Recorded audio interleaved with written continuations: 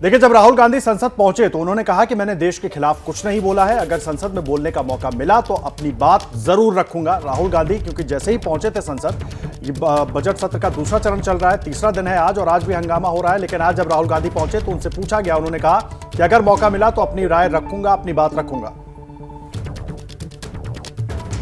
Rahul sir, do you want to say something, sir? Government is demanding for your apology, sir. Yeah, if they allow me to speak in parliament, then I will say what I think. Okay, sir. Thank you very much, sir. Sir, Rahul sir, do you want to say something, sir? Government is demanding for your apology, sir. Yeah, if they allow me to speak in parliament, then I will say what I think. Okay, sir. Thank you very much, sir.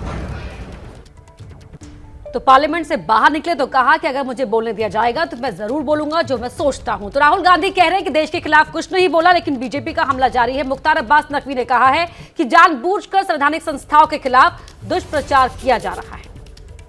संसद में लगातार चल रहे गतिरोध के बीच संसद चल नहीं पा रही। हमारे साथ बात करने के लिए हैं पूर्व केंद्रीय मंत्री मुख्तार अब्बास नकवी साहब। नकवी साहब, संसद में लगातार गतिरोध चल रहा है।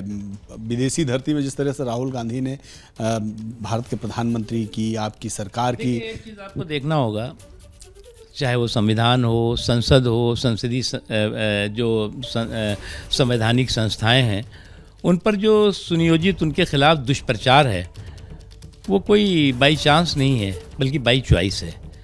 संयोग नहीं है, बल्कि प्रयोग है। आपको अच्छी तरह याद होगा कि इस देश में जब से 2014 के बाद से ये लोग जो पिटे हुए पॉलिटिकल प्राणी हैं, इनको जनादेश जनता ने नहीं दिया, तब से ये चैन से नहीं बैठे। आज जो है वो G20 हो रहा है, भारत जो है वो उसकी अध्यक्षता कर रहा है, और ये G20 भारत की अध्यक्षता कर रहा है, तो ये बात जो है वो ये बात अच्छी तरह जानते हैं। तो इसलिए जाकर के विदेश में कहा है कि साहब संसद बेकार हो गई है, संसद जो है वो हमारे देश में लोकतंत्र ख़त्म हो गया है। तो ये एक देश की धाक को और मोदी जी की धमक को धक्का देने की धूर्तता से ज़्यादा कुछ नहीं है। और ये समझ लेना चाहिए, मोदी जी की धाक और देश की धमक को धक्का देने की कोशिश में ये खुद धूल धूसरित हो रहे हैं। नकवी साहब, राहुल गांधी एक तरफ आपकी सरकार की मुखालफत कर रहे हैं और दूसरी तरफ बहरीन में बीजेडी के सांसद है सस्मित मात्रा जी, वो कह रहे हैं कि हमारी भारत सरकार बहुत अच्छा काम कर रही है और कोरोना काल के दौरान उन्होंने बहुत, एक मुस्लिम कंट्री में जाकर उन्होंने बड़ी तारीफ। क्या है, राहुल जी को हम तो सलाह नहीं दे सकते, लेकिन बिना मांगे हम बात ज़रूर बता सकते हैं कि उनको जो है वो दुनिया क्या बोल रही है, देश के बारे में क्या कह रही है, मोदी जी के बारे में क्या कह रही है। आज पूरी देश में भारत की तस्वीर और भारत के बारे में सोचने का जो नज़रिया है और नज़र है वो बदली है, लेकिन इनकी अभी भी नज़र तिरछी है।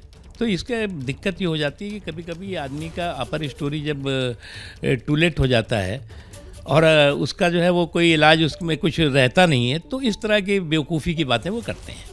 जैसे ही घड़ी का काटा दोपहर 2:30 पे आए, बबीता जी का दिल सास बहू साजिश के लिए मचल जाए।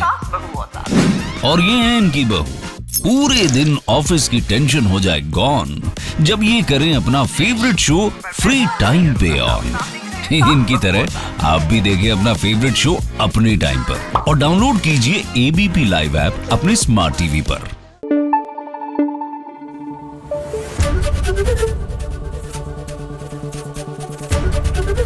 ABP न्यूज आपको रखे आगे।